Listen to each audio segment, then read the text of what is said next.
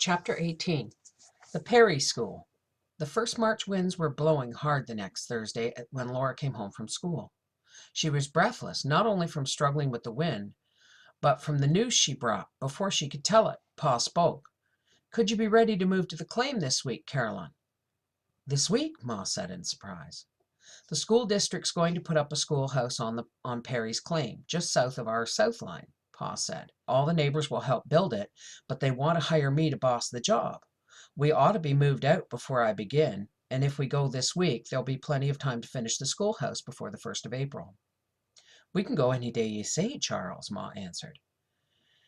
"Day after tomorrow, then," said Pa. "And there is something else. Perry says their school board would like to have Laura teach the school. How about it, Laura?" "You'll have to get a new certificate." "Oh, I would like to have a school so near home," said Laura. Then she told her news. "Teachers' examinations are tomorrow. Mr. Owen announced them today. They will be at the schoolhouse, so there's no school tomorrow. I do hope I can get a second-grade certificate." "I'm sure you can," Carrie encouraged her stoutly. "You always know your lessons." Laura was a little doubtful. "I have no time to review and study. If I pass, I have to do it on what I know now." "That is the best way, Laura," Ma told her. "If you tried to study in a hurry, you would only be confused. If you get a second-grade certificate, we'll all be glad. And if it's only a third grade, we'll be glad of that." "I will try my best," was all Laura could promise. Next morning she set out alone and nervously to the teachers' examinations at the schoolhouse.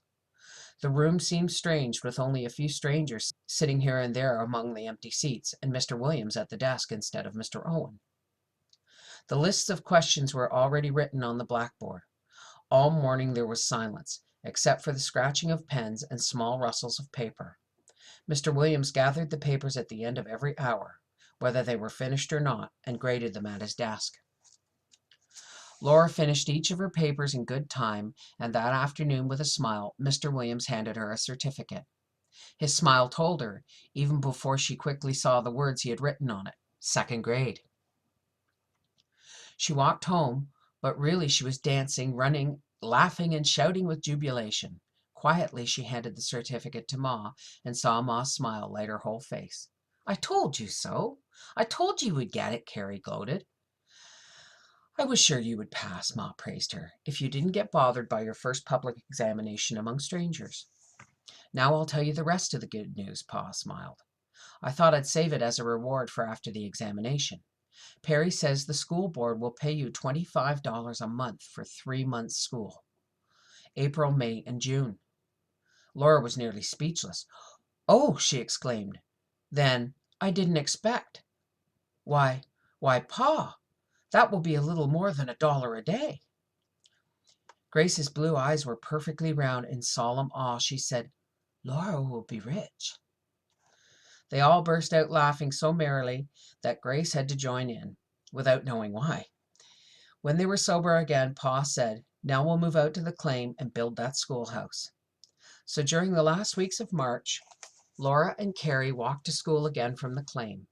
The weather was spring-like in spite of the March winds, and every evening when they came home they saw that more work had been done on the little schoolhouse that was rising from the prairie a little way to the south. In the last days of March, the Perry boys painted it white. There never had been a prettier small schoolhouse. It stood snowy white on the green land, and its rows of windows shone brightly in the morning sunshine as Laura walked toward it across the short new grass. Little Clyde Perry, 7 years old, was playing by the doorstep where his first reader had carefully been laid. He put the key for the new door in Laura's hand and said solemnly, "My father sent you this." Inside, too, the schoolhouse was bright and shining. The walls of new lumber were clean and smelled fresh. Sunshine streamed in from the eastern windows. Across the whole end of the room was a clean new blackboard. Before it stood a teacher's desk, a boughten desk, smoothly varnished. It gleamed honey-colored in the sunlight, and on its flat top lay a large Webster's Unabridged Dictionary. Before this desk stood 3 rows of new boughten seats. Their smooth honey-colored finish matched the teacher's desk. The ends of the outside rows were tight against the walls. Between them there was the space for the 3rd row, and the 2 aisles. There were 4 seats in each row. Laura stood a moment in the doorway, looking at the fresh, bright, expensive room. Then going to her desk, she set her dinner pail on the floor beneath it and hung her sunbonnet on a nail in the wall. A small clock stood ticking beside the big dictionary. Its hand stood at 9 o'clock. It must have been wound last night, Laura thought. Nothing could be more complete and perfect than this beautiful little schoolhouse. She heard children's voices at the door, and she went to call her pupils in. Besides Clyde, there were 2 others, a little boy and a girl who said their name was Johnson. They were both in the second reader. That was the size of the school, and all the term no more children came. Laura felt that she was not earning her $25 a month teaching only 3 children. But when she said this at home, Pa replied that these 3 were as much entitled to schooling as if there were a dozen, and that she was entitled to pay for the time she spent teaching them. "But, Pa," she protested, $25 a month. "Don't let that worry you," he answered. "They're glad to have you at that price. Large schools are paying $30. It must be right, since Pa said so. Laura contented herself by giving each little pupil the very best of schooling. They were all quick to learn. Besides reading and spelling, she taught them to write words and figures and how to add and subtract. She was proud of their progress. Never had she been so happy as she was that spring. In the fresh, sweet morning she walked to her school, past the little hollow blue with violets that scented all the air. Her pupils were happy too, every one as good as gold and eager and quick to learn. They were as careful as she not to mar or dim the freshness of their shining new schoolhouse. Laura took her own books to school, and while her little pupils studied at their desks, between recitations, she studied at hers, with the help from the big dictionary. At recess and during the long noon hour, she knitted lace while the children played. And always she was aware of the cloud of shadows chasing each other outside the windows, where the meadow larks sang and the little striped gophers ran swiftly about their affairs. After each happy day, there was the walk home past the little hollow where the violets grew, spreading their fragrance on the air. Sometimes on Saturday, Laura walked westward across the prairie to Reverend Brown's house on his claim. It was a long 1.5 miles, and she and Ida always made it longer by going to the highest point of the rise of the ground beyond the house. From there they stood to see the Wessington Hills, 60 miles away, looking like a blue cloud on the horizon. "They're so beautiful that they make me want to go to them," Laura said once. "Oh, I don't know," Ida replied. "When you got there, they would just be hills covered with ordinary buffalo grass like this," and she kicked a tuft of the grass where the green of spring was showing it through last year's dead blades. In a way that was true, and in another way it wasn't. Laura could not say what she meant, but to her what the Wessington Hills were more than grassy hills. Their shadowy outlines drew her with the lure of far-off places. They were the essence of a dream. Walking home in the late afternoon, Laura still thought of the Wessington Hills, how mysterious their vague shadow was against the blue sky.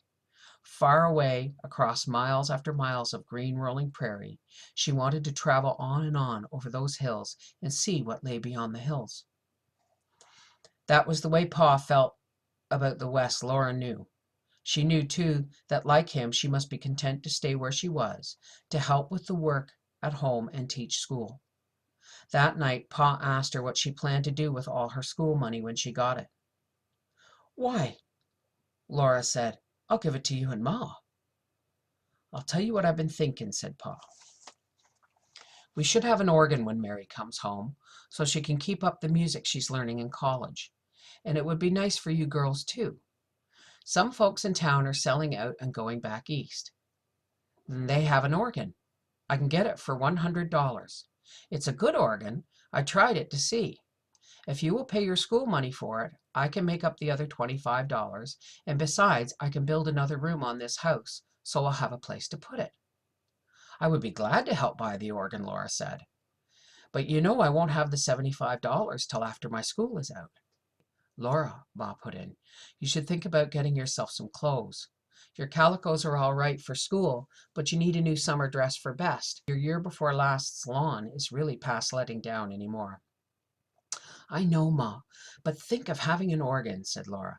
And I think I can work for Miss Bell again and earn some clothes. The trouble is, I haven't got my school money yet. You're certain to get it, Pa said, and you sure you want to buy an organ with it? Oh, yes, Laura told him. There's nothing I'd like more than to have an organ that Mary can play when she comes home. Then that's settled, Pa said happily. I'll pay down the 25, and those folks'll trust me for the balance until you get it. By jinks, I feel like celebrating. Bring me my fiddle, Half Pint, and we'll have a little music without the organ. While they all sat in the soft spring twilight, Pa played and sang merrily. Here's to the maiden of bashful 16, here's to the woman of 50, here's to the flaunting, extravagant queen, and here's to the housewife that's thrifty. Here's to the charmer who dimples we prize, and to the maid who has none, sir. Here's to the girl with a pair of blue eyes, and here's to the nymph with but one, sir. His mood changed, and so did the fiddles. They sang, "Oh, I went down south to see my Sal, sing Polly Wolly Doodle all the day. My Sally was a spunky gal, sing Polly Wolly Doodle all the day. Farewell, farewell, farewell, my fairy fay. I'm off to Louisiana to see my Susiana, sing Polly Wolly Doodle all the day." The dusk was deepening. The land flattened to blackness, and in the clear air above it the large stars hung low, while the fiddle sang a wandering song of its own. And then Pa said, "Here's one for you girls," and softly he sang with the fiddle, "Golden years are passing by, happy, happy golden years, passing on the wings of time, these happy golden years. Call them back as they go by, sweet their memories are. Oh, improve them as they fly, these happy golden years." Laura's heart ached as the music floated away and was gone in the spring night under the stars.